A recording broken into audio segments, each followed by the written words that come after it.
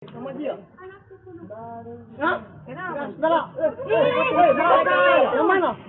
Inilah rekaman kamera pemantau atau CCTV saat seorang pemuda mengancam warga di depan sebuah kios di Jalan Cendrawasih, Makassar, Sulawesi Selatan.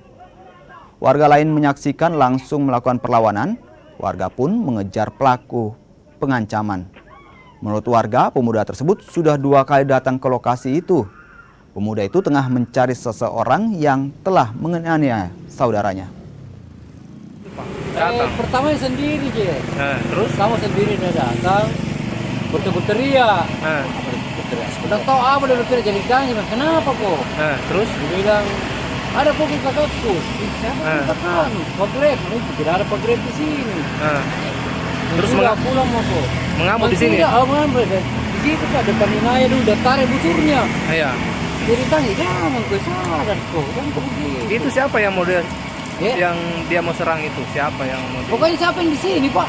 Oh, Iya, yang pokoknya siapa yang ngumpul-ngumpul dia mau serang itu sampai dia datangin warkop apa dia mau. Nah, terus dia pergi nih.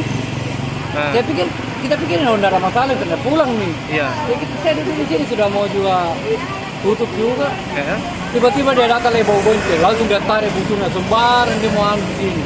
Dia busur.